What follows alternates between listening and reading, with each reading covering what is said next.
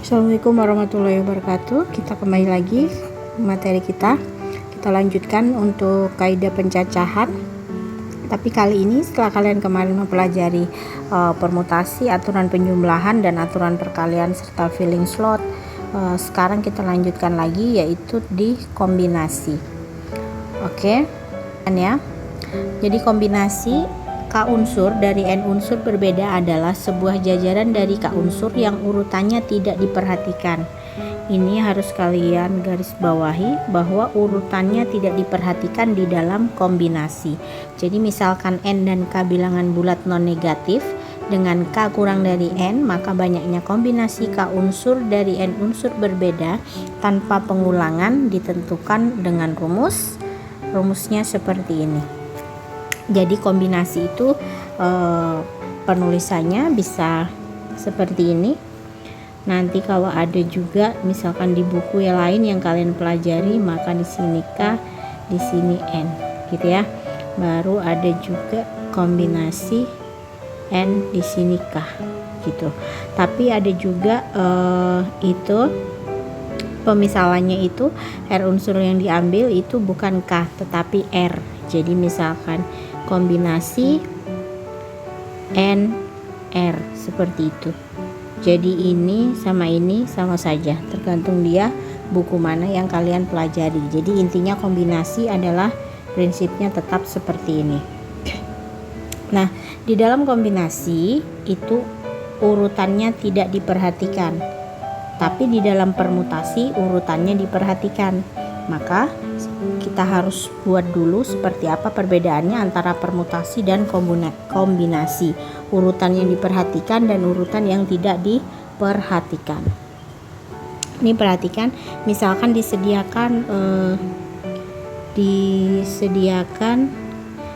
huruf, hurufnya itu A, B, dan C, kemudian akan dibuat kombinasi dan permutasinya. Lalu kita bedakan. Kalau di dalam permutasi dari 3 huruf ini A, B, C ini, A, B, dan C, kalau dibuat atau disusun hurufnya dipermutasikan dia jadi seperti ini. A, B, B, A, B, C, C, B, C, A, A, C. Ini di dalam permutasi. Ini dihitung 1, berarti di sini ada 2. Di sini ada 2, di sini ada 2. Jadi permutasi 2 huruf dari 3 huruf yang disediakan ada 6 untuk permutasi dalam konteks soal ini. Tetapi di dalam kombinasi 3 huruf diambil 2, maka AB itu sama dengan BA. Karena di sini tadi apa? Urutannya tidak diperhatikan. Mau A-nya di depan, mau A-nya di belakang. Yang penting dia itu A sama B, maka dianggap sama. Maka ini dianggap sama, jadi dihitung 1 saja. Tapi kalau yang di sini dianggap berbeda, karena A-nya satunya di depan, satunya di belakang. Jadi dia memperhatikan urutan. Kalau di sini nggak diperhatikan urutan, tapi diperhatikan unsurnya. Jadi dia berunsur A dan B, mau B-nya di depan, mau B-nya di belakang nggak masalah, dianggap sama. Maka di dalam kombinasi untuk kasus ini hanya ada 3. Seperti itu perbedaan antara kombinasi dan permutasi. Kemudian bagaimana kalau kita menyelesaikan soal, contoh soal yang berkaitan dengan kombinasi, gitu ya. Perhatikan, dalam sebuah sekolah telah diseleksi 5 orang siswa yang berbakat dan mahir dalam badminton. Berapa banyaknya cara pemilihan yang mungkin jika dipilih 3 orang siswa untuk mewakili sekolah dalam turnamen badminton? Nah, misalkan nanti kan soal ibu ini adalah materi tentang kombinasi, maka jelas soal-soal contoh yang ibu berikan pasti diselesaikan dengan cara kombinasi. Nanti apabila diberikan soal, tentu kan tidak ada kode apakah soal itu diselesaikan pakai kombinasi atau pakai permutasi. Jadi tipsnya supaya kalian tidak keliru apakah soal diselesaikan pakai kombinasi atau permutasi, maka buatlah penalarannya. Bayangkan itu dalam kondisi nyata. Misalkan 5 orang siswa yang berbakat dan mahir ini mau dipilih 3. Jadi kan tidak penting atau tidak perlu urutannya siswa yang keberapa, urutannya yang berangkat, yang dipilih pertama, kedua, dan ketiga itu tidak penting urutannya. Yang penting adalah yang berangkat. Jadi misalkan siswanya itu ibu misalkan A, B, C, D, E gitu ya, siswa 1, siswa 2, siswa 3, siswa 4, siswa 5, kemudian mau dipilihnya 3, kemungkinan terpilih yang pertama itu A, B, C. Kemudian kalau kamu kerjakan pakai permutasi pasti ada seperti ini, A, C, B.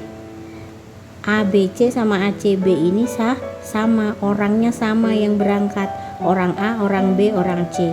Yang di sini juga orang A, orang B, orang C, maka ini dianggap sama. Jadi di sini tidak memperhatikan urutan, maka kita selesaikanlah pakai kombinasi. Seperti itu. Jadi kombinasi memilih 3 dari 5, maka 5 faktorial 5 dikurang 3 faktorial dikali dengan 3 faktorial. Oke, kita selesaikan 5 faktorial, kemudian 2 faktorial, 3 faktorial. Ini kita langsung selesaikan. 5 kali 4 kali 3 faktorial, coret 5 kali 4 20 dibagi 2 dikali 1 sama dengan 10. Jadi ada 10 cara memilih siswa, 3 orang siswa untuk mewakili sekolah dalam turnamen badminton, seperti itu. Kemudian ini contoh selanjutnya. Seorang peternak akan membeli 3 ekor ayam dan 2 ekor kambing dari seorang pedagang yang memiliki 7 ekor ayam dan 4 ekor kambing. Dengan berapa cara peternak tersebut dapat memilih ternak-ternak yang diinginkannya? Oke, jadi jumlah hewannya di sini ada 2 jenis, ayam dan kambing. Tapi pembelinya ini, peternaknya ini mau membeli dua-duanya, sejenis ayam dan jenis kambing. Dan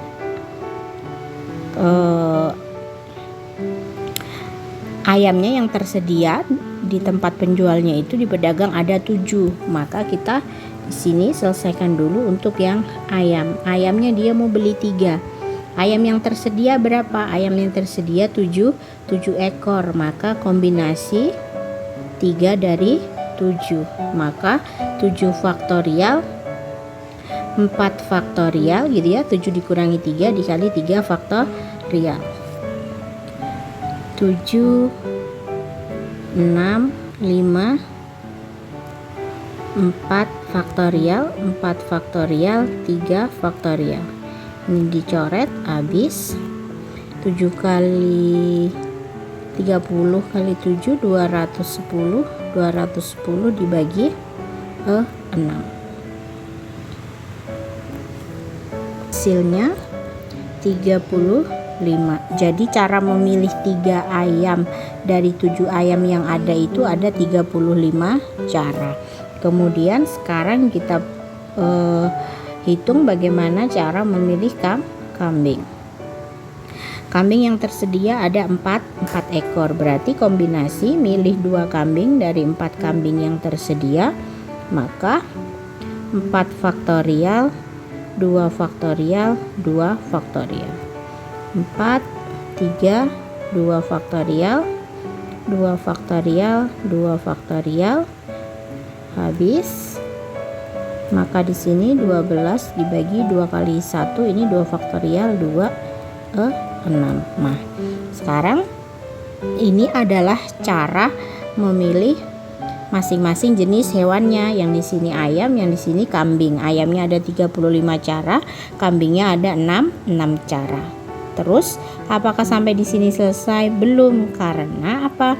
Karena si peternak ini akan membeli ayam dan kambing. Maka kita gabungkan ayam dikali dengan kambing. Cara memilih ayam dan cara memilih kambing tadi yang kita sudah dapat dikalikan, maka itulah kombinasi yang bisa kombinasi yang bisa dipilih gitu ya, cara yang bisa dipilih untuk membeli ayam dan kambing dari yang tersedia ini tadi. Berarti 35 dikali dengan 6 berarti berapa? 210 cara gitu. Oke ya.